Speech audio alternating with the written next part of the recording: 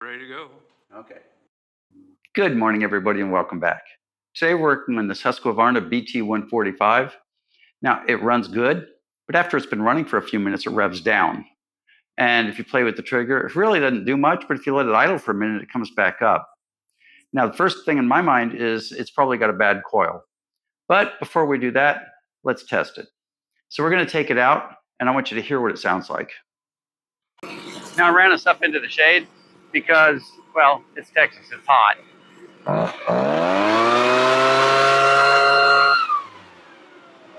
Listening to that sounds like money. It sounds exactly the way it's supposed to. But we're going to run it for a couple of minutes, and I want you to hear what it sounds like after I come back.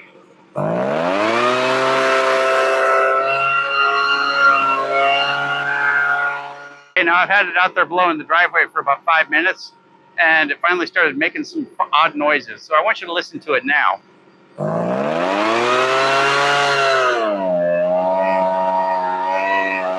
And you can see it's still running, but it's only running at half speed.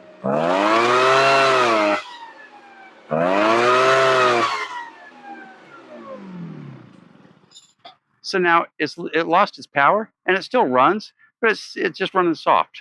So let's get in and let's do an experiment. So just like you guys, the first thing that went through my mind is it's probably a burned up coil, and the coil's overheating. But before we replace the coil, we're going to try replacing just the spark plug, because I've seen spark plugs do this exact same thing, but I haven't been able to catch one for a video in quite a while. So let's see what kind of plug we've got. Okay, it's got a generic spark plug in it now, and we're going to switch it off with a champion plug. Plug's hot. Let's see what we got. We've got an RCJ7Y. Is that right? Yep, RCJ7Y. So we're going to put that in her and see how she runs. And heat range was 7 on it before, so it should make no difference at all.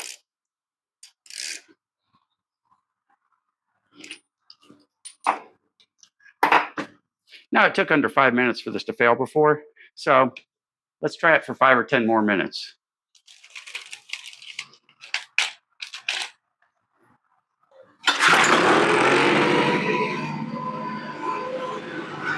Now it started right up, and that's a good sign.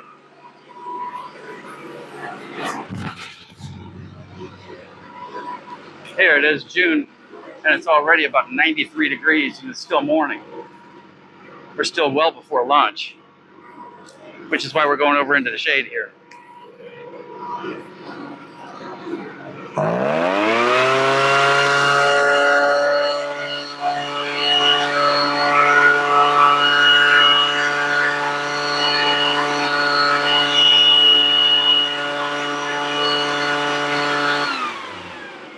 Now, if this was a coil problem, the coil would have cooled down and it would still act like this right now.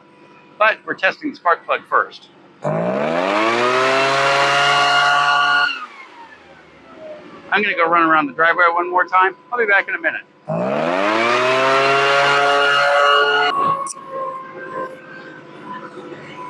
And now, after running it for a couple of minutes,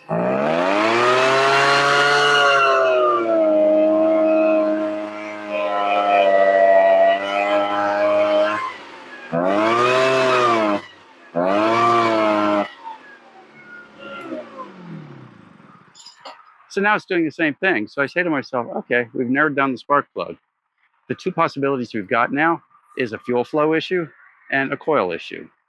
Because it still runs, and letting off and revving it back up seems to let it rev up just a little bit more. We're going to go after the fuel system and check the fuel filter and fuel lines next. Next up is our fuel filter. Now, it's not impossible that the fuel lines themselves are sagging in the middle, but it's unlikely because this one's got a rubber stopper on it, and the fuel lines look really good. This one does have an odd loop in it. Let's unloop it just to make it look nice. And let's dig out the fuel lines. Sometimes that's easier said than done.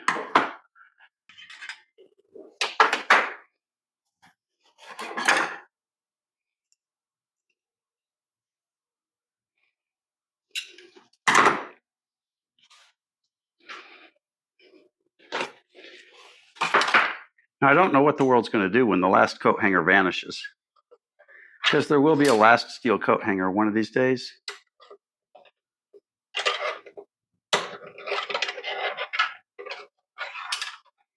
It'll make it harder for hoodlums to break into cars, but it'll make it harder on everybody else too. Okay, we've got her, and here she comes.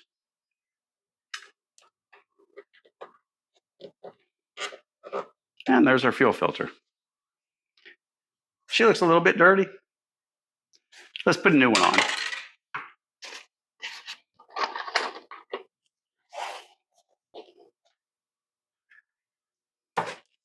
So we're going to do nothing but put a new filter on it and do the same test again.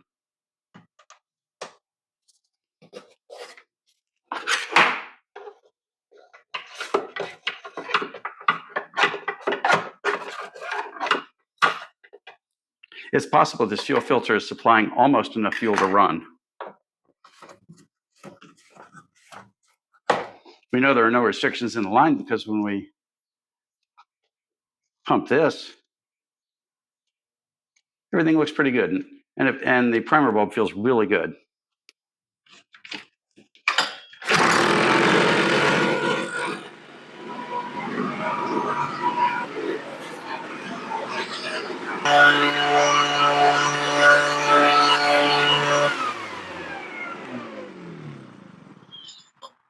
Okay, as you can see, I'm getting all hot and sweaty because I ran around out there for about half an hour, and it still sounds perfect.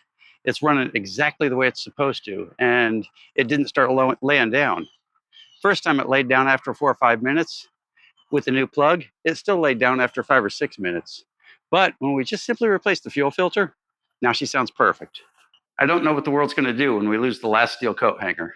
I've had this one for years. So when we first started this, I was pretty sure it was going to be an ignition problem of some sort. The way it laid down after running for a few minutes made me think the coil was getting hot, or the spark plug was worn out and it was getting hot. So we tested the cheaper of the two, which is a spark plug, and we got exactly the same thing. And then off camera, I did one of my little tricks. If you tighten up the gap really small on the spark plug, go 10 thousandths, then all of a sudden a problem like that will vanish. Now, you won't get the horsepower you normally get, but it'll let you diagnose the coil on a machine that does run.